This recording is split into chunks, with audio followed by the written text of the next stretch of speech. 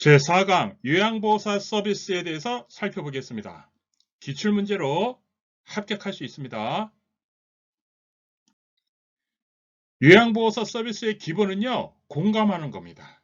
공감을 기본으로 하고요. 그리고 모르면 물어봐야 됩니다. 시설장 또는 관리 책임자에게 물어보면 됩니다.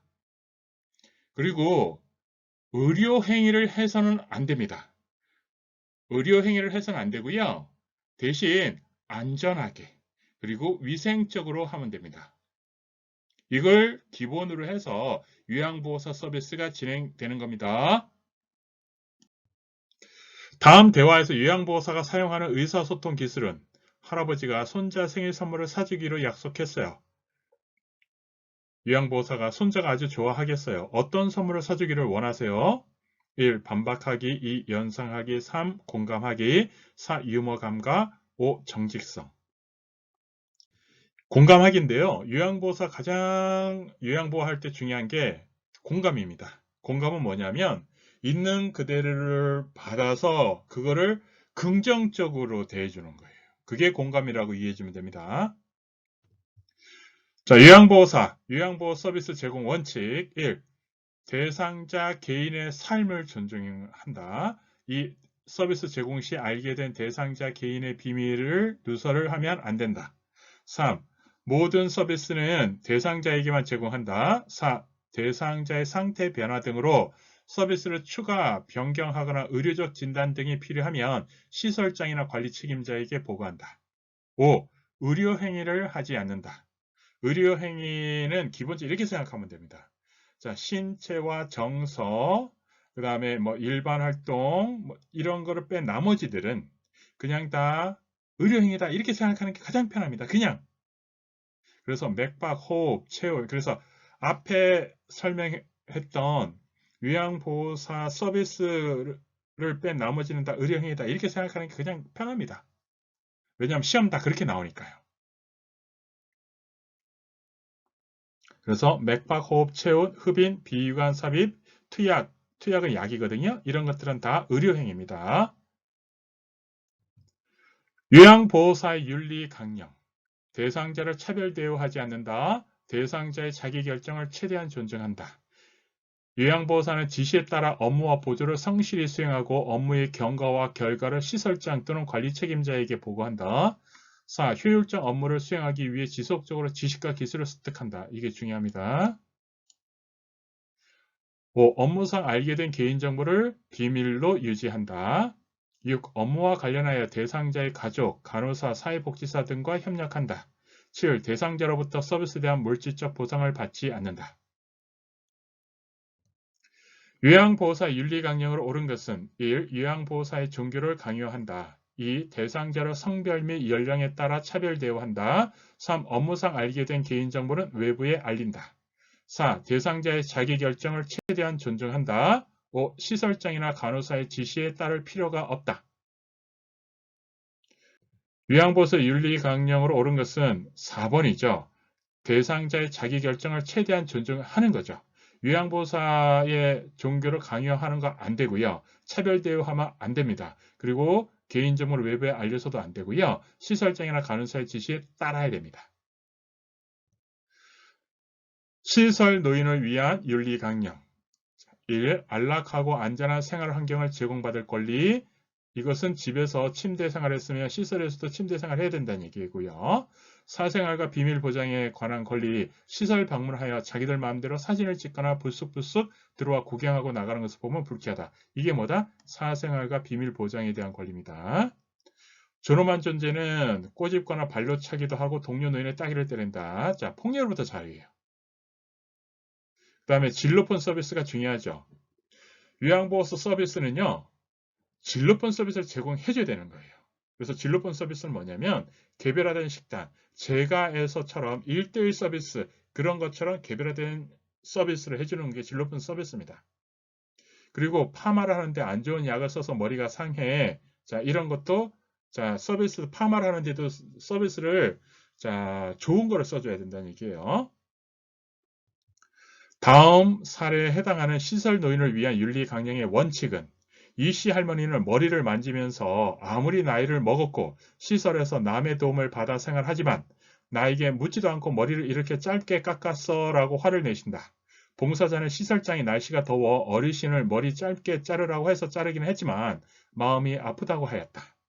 1. 존엄한 존재로 대우받을 권리. 2. 질 높은 서비스를 받을 권리. 3. 가정과 같은 환경에서 생활할 권리. 4. 신체적 제한을 받지 않을 권리. 5. 정보 접근과 자기 결정권 행사의 권리. 이건 질 높은 서비스죠?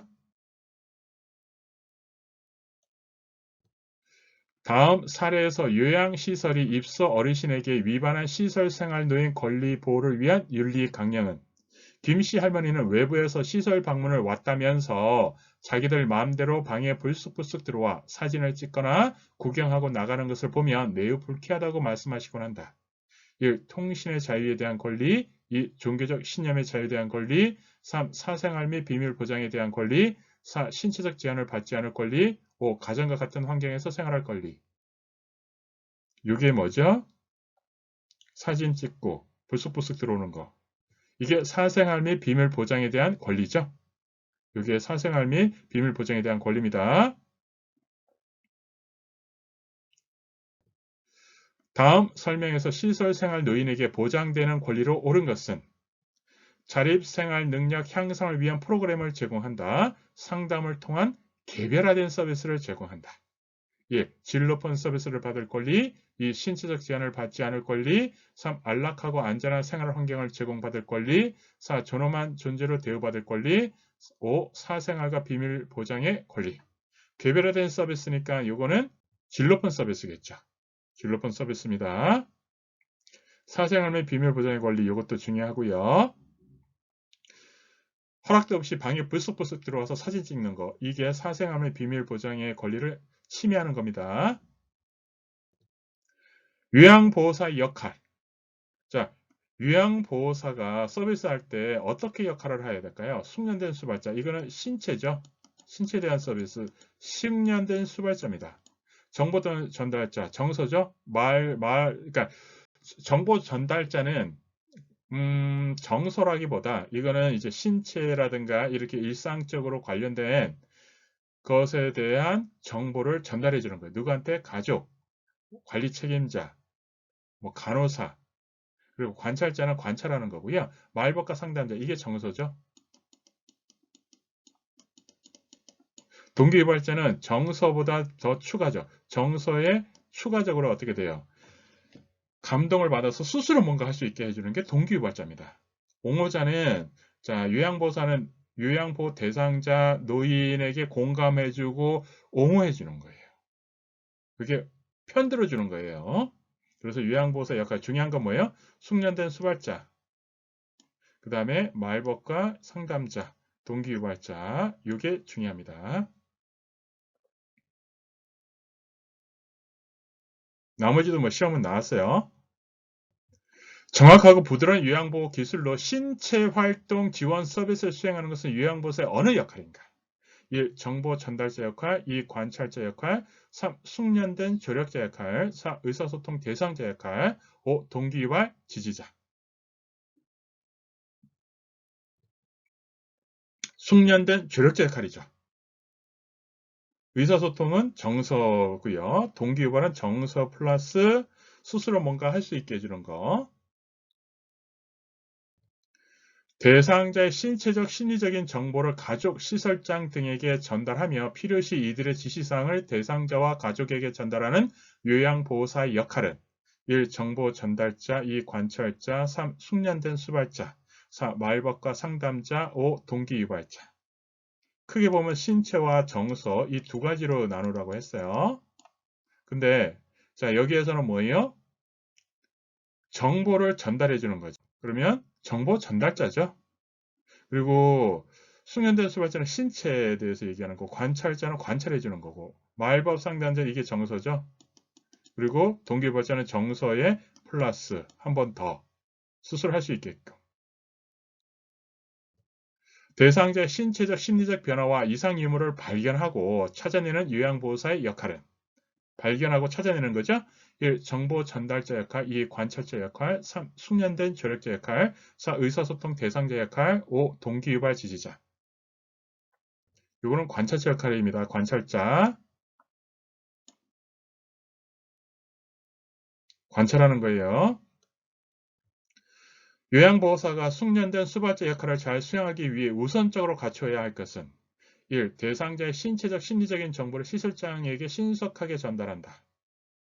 2. 대상자의 질병의 변화에 대한 증상을 세밀하게 관찰한다. 3. 요양보호 서비스에 대한 지식과 기술을 지속적으로 습득한다. 4. 효율적인 의사소통 기법을 활용하여 적극적으로 대상자와 접촉한다. 5. 대상자의 능력을 최대한 발휘하도록 동기를 유발하며 지지한다. 숙련된 수발자는 몸에 대한 거죠. 자, 이것은 지식과 기술을 지속적으로 습득하는 거예요. 자, 1번 한번 보면 신체적 심리적인 정보를 전달하는 거니까 정보 전달자. 그리고 증상을 세밀하게 관찰하니까 이거는 2번은 관찰자. 그리고 4번은 효율적 의사소통 기법을 활용해 적극적으로 대상자와 접촉한다. 이게 말벗과 상담자. 5번 대상자의 능력을 최대한 발휘하도록 동기를 유발하며 지지한다. 이게 동기 유발 지지자.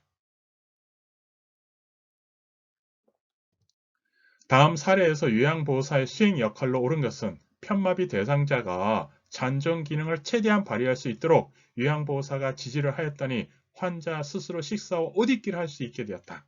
스스로 하는 거죠. 자, 뭔가 했더니만 스스로 하는 거예요. 1. 관찰자, 2. 옹호자, 3. 수발자, 4. 동기유발자, 5. 정보 전달자. 자, 이건 동기유발자입니다. 동기유발자. 동기유발자.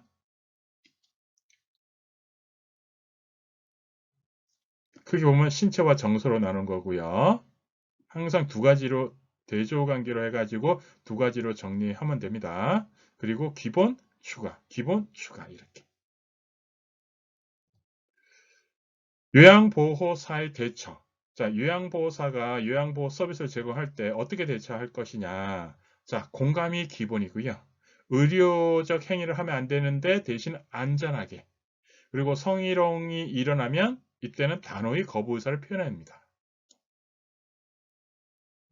자, 침해 대상자가 자신의 물건을 훔쳐갔다고 의심하며 화를 낼 때 대처 방법으로 옳은 것은 공감해 주는 거예요. 일단 1. 다른 물건을 건네준다. 2. 나중에 찾아주겠다고 설명한다. 3. 아무도 가져간 사람이 없다고 단호하게 말한다. 4. 의심하는 것을 부정하거나 설득하지 말고 함께 찾는다. 5. 누가 가져갔다고 생각하는지 묻고 그 사람을 만나게 해준다. 침해 대상자에게 서비스를 제공하는 것은 가장 기본은 공감이라고 했어요. 그래서 이게 4번이 공감이죠. 의심하는 것을 부정하거나 설득하지 말고 함께 찾는 거. 이게 공감이에요. 기본은 공감이에요. 요양보호사 서비스의 기본은 공감입니다. 침해 대상자가 저녁에 갑자기 흥분하여 주위 사람들을 위협할 때 대처 방법으로 옳은 것은 1. 안전을 위해 행동을 제지한다. 2. 중단하라고 큰 소리로 지지한다. 3. 흥분한 이유를 구체적으로 묻는다. 4. 자극하지 말고 조용한 장소에서 쉬게 한다. 5. 공격적인 행동이 사라질 때까지 조명을 끈다. 자극하지 말고가 공감이죠. 일단 이분이 이제 조용한 장소에서 쉬게 하면 이게 풀어집니다. 자극하지 말고가 중요한 거예요. 공감하는 거예요. 공감. 그리고 긍정적으로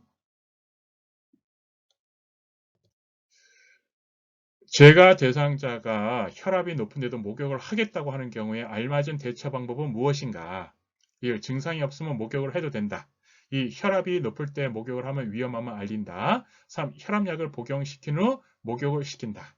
4. 맥박을 확인 후 스스로 목욕을 하도록 안내한다. 5. 오늘은 목욕이 없다라고 설명하고 목욕을 시키지 않는다. 혈압도 질환입니다. 그래서 혈압이 높을 때 목욕하면 위험함을 알리는 겁니다. 자, 그래서 혈압이 높은데도 대상자와 가족이 목욕을 희망하면 혈압이 높을 때는 기본적으로 목욕하지 않는 것이 좋다는 것을 대상자와 가족에게 설명합니다.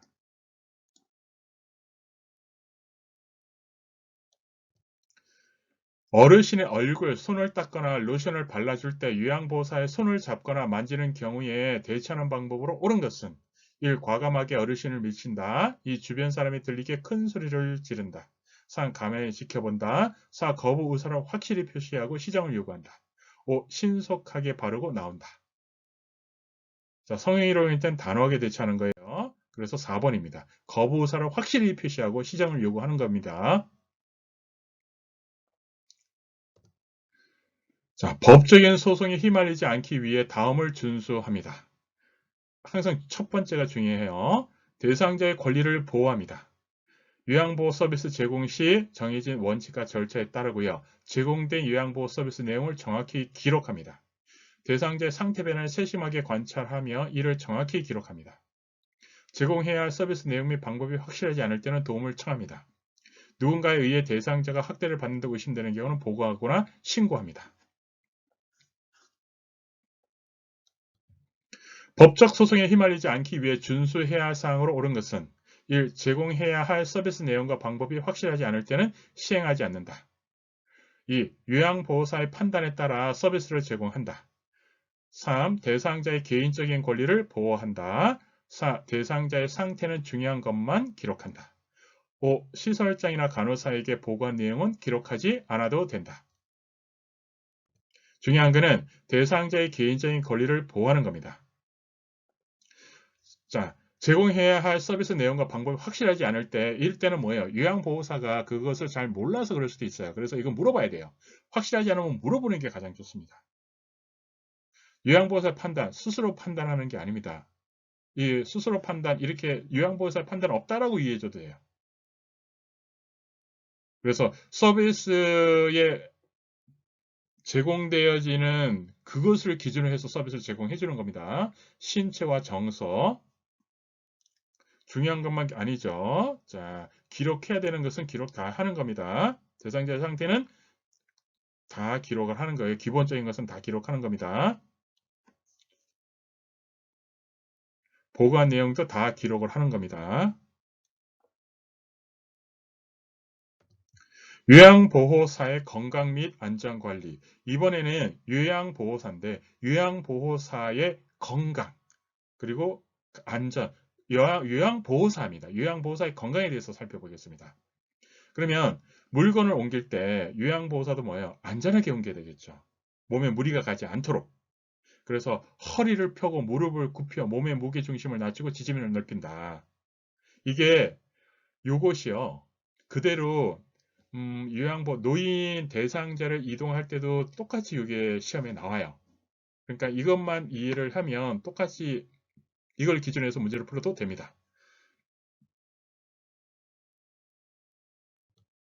요양보호사의 올바른 신체 선열 방법으로 옳은 것은 1. 체중을 앞발에 싣는다. 2. 양 무릎을 붙이고 곧게 편다. 3. 오른쪽 다리에만 체중을 싣는다. 4. 큰 근육은 가급적 사용하지 않는다.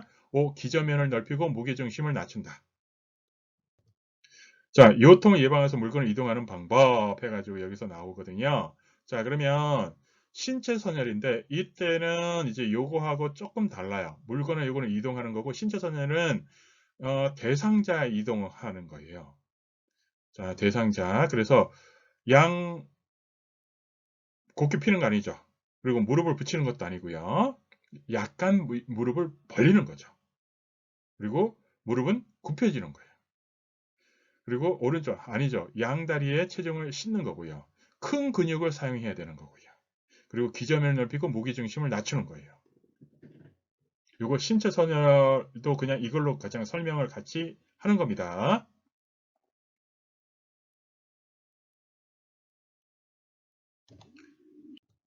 신체 손상을 예방하기 위한 요양보호사의 신체 정렬 방법으로 옳은 것은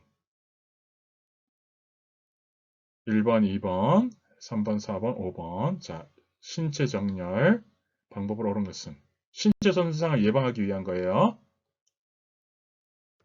2번이죠. 자, 요양보호사가 물건을 옮길 때 신체 손상을 예방하기 위한 신체 정렬 방법. 이거 똑같습니다.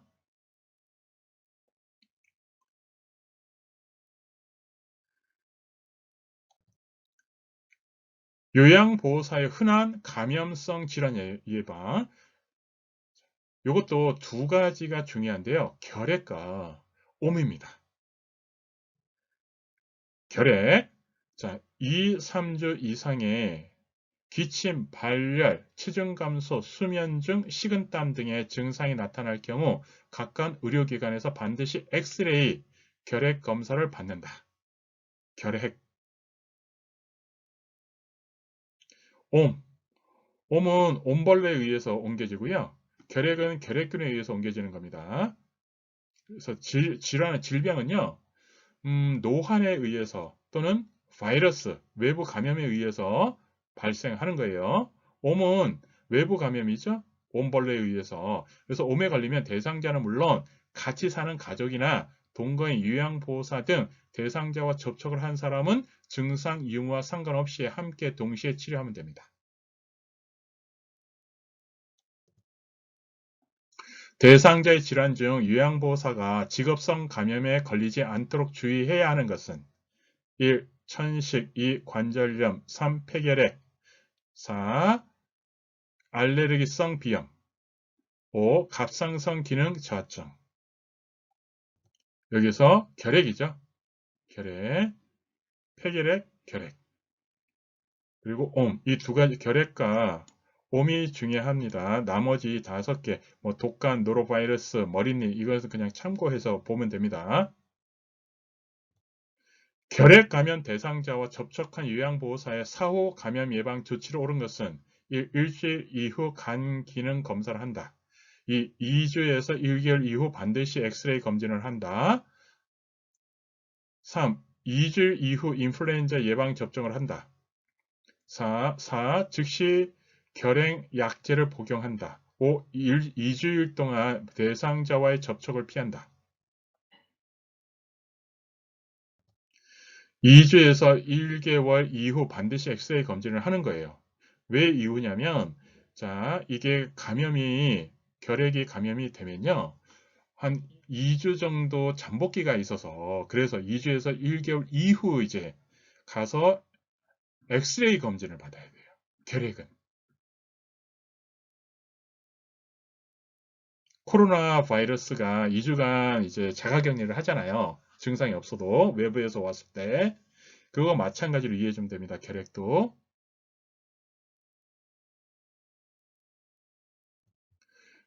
요양보호사 자신의 감염 예방을 위한 위생관리 방법으로 옳은 것은 1. 구강위생을 위해 1회 칫솔질한다. 2. 손은 감염되기 쉬우므로 로션을 바르지 않는다.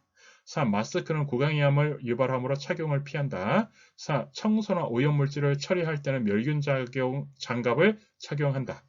5. 피부에 있는 미생물의 수를 감소시키기 위해 매일 샤워를 한다. 자, 여기에서 칫솔질은 뭐예요? 뭐 밥 먹고 했을 때 그냥 칫솔질 하면 되죠. 그 다음에 로션, 자, 손은 감염되기 쉬우므로, 자, 손 씻기를 자주 해주고, 로션을 필요할 때 로션을 발라주는 거예요. 마스크는 필요할 때 착용해주는 거고요. 여기, 자, 한번, 그 다음에 그냥 장갑을 착용하면 됩니다. 멸균, 솜, 이런 것이 이제 뭐, 필요할 때 멸균솜은 이제 안약이라든가 이런 거 할 때 이제 쓰는 거고요. 멸균솜, 멸균은 이럴 때. 자, 청기를 위해 매일 샤워나 목욕을 합니다. 그 다음에 자주 칫솔질하여 치아의 건강 유지하고요. 손을 자주 씻고요. 가운이나 신발을 깨끗하게 유지합니다. 분비물에 오염된 물품은 정해진 곳에 버립니다. 일회용 보호장구는 재사용하지 말고 버립니다. 그리고 개방된 상처가 있거나 출혈이 있는 경우 멸균꺼를 이용하여 상처를 덮어줍니다. 그래서 멸균은 요럴 때 쓰는 거죠. 멸균은 멸균솜, 멸균거즈 이렇게. 그래서 청소나 그냥 오염물질을 처리할 때는 그냥 장갑, 일용 장갑 이런 걸 착용해주면 됩니다.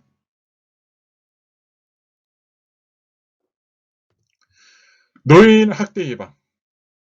노인 학대 유형이 신체적 학대, 정서적 학대 이게 기본이죠. 신체 정서. 그 다음에 성적 학대, 경제적 학대, 방임, 자기방임. 그 다음에 유기는 버리는 거예요. 신체적 학대는요. 몸에 가하는 학대. 정서적인 학대는 말로 가하는 학대. 경제적인 학대는 돈으로 도움과 관련된 학대. 방임은 방치하는 거예요. 병원에 아픈데 병원에 데려가지 않는 거. 자, 밥을 제대로 챙겨 드시지 못하는데 방치하는 거. 자기 방임은 이게 심리적인 거하고 결합되는 거예요. 자기 스스로 놔버리는 거예요. 자, 살펴볼게요. 화가 난 며느리는 내가 놓친 애 때문에 진짜 힘들어서 못 살겠어. 안 들어오고 뭐해요? 라며 고함을 질렀다. 고함. 정서. 말로 하는 정서적 학대. 집으로 가는 길에도 걸음이 늦는다고 밀어 넘어뜨리고 빨리 일어나지 않는다고 양 주먹으로 수차례 구타하고 발길질을 하여 시어머니를 넘어뜨리는 것. 이게 신체적 학대입니다. 집에서 늦은 저녁 식사를 하고 소파에 앉아 쉬고 있는 시어머니께 에이 꼴도 보기 싫은데 빨리 방에나 들어가지 왜 거기 앉아 있는 거야? 죽치고 앉아 있지 말고 빨리 들어가요 라고 소리를 질렀다. 소리 정서적 학대죠. 다음날 타박상과 갑작스러운 감기 증세로 시어머니가 몸져 누워 있었지만 며느리는 아픈 시어머니를 병원에 데려갈 생각은 않고 하루 종일 방 안에 방치하였다. 방임이죠. 며칠 후 시어머니 생신을 맞아 방문한 작은 아들이 유치원 용돈을 빌려달라고 하여 다 써버리고 경로연금이 지급된 통장과 도장을 가져가서는 돌려주지 않았다. 경제적 학대입니다. 이런 일들이 반복되다 보니 시어머니는 삶의 의욕을 잃었는지 세수도 하지 않고 식사도 제대로 하지 않아 몸이 날로 쇠약해져 갔다. 이게 자기 방임. 자기 스스로 방치하는 거예요. 자기 방임. 다음에서 설명하는 노인 학대 유형으로 옳은 것은 가정집에서 어르신이 화장실에서 낙상 후 고관절 통증을 호소하는데 아들이 병원에 모시고 가지도 않고 며칠 동안 아무런 조치를 하지 않았다. 1. 유기 2. 방임 3. 신체적 학대 4. 재정적 학대 5. 정서적 학대. 방임이죠. 방치하는 겁니다. 다음에 노인 학대 유형으로 옳은 것은 의도적으로 약을 복용하지 않아 건강이 악화되었다. 물과 식사를 섭취하지 않는다. 의도적이죠. 1. 유기 2. 방임 3. 자기방임 4. 재정적 학대 5. 신체적 학대. 재정적은 경제적 학대입니다. 자기방임입니다. 자기방임. 자기 스스로 놔버린 거예요. 본인 일부 부담금을 장기간 미납한 사유로 특별한 보호 조치 없이 시설 노인을 퇴소시키는 행위는 노인 학대 유형 중 무엇에 해당하는가? 1. 유기 2. 방임 3. 경제적 학대 4. 신체적 학대 5. 언어 정서적 학대. 경제적 학대죠. 경제적 학대입니다. 금전과 관련된 학대가 경제적 학대입니다. 노인 학대 유형 중 대상자에게 정서적 학대의 징후가 보이는 것은 1. 설명할 수 없거나 치료받지 못한 상처가 보인다. 2. 말하기를 꺼려하거나 불안한 모습으로 눈치를 본다. 3. 걸을 때나 앉을 때 어려움이 있다. 4. 영양실조나 탈수 상태가 나타난다. 5. 가족 및 보호자와의 연락과 왕래가 두절되었다. 정서는 말이죠. 그래서 2번입니다. 자, 정서는 말이에요. 말로 하는 학대입니다. 그래서 말하기를 꺼려하거나 불안한 모습으로 눈치를 보는 게 정서 학대의 징후입니다. 노인 학대 행위자에 대한 상담과 교육, 노인 학대 사례 신고 접수, 학대 사례에 대한 사례 관리 절차를 지원하는 노인 복지 시설로 옳은 것은 1. 재가방문 요양센터 2. 노인 공동생활가정 3. 노인복지관 4. 노인 요양 공동생활가정 5. 노인보호 전문기관. 학대와 관련해서 노인보호 전문기관 이거를 반드시 기억해야 됩니다. 여러분들 합격하세요.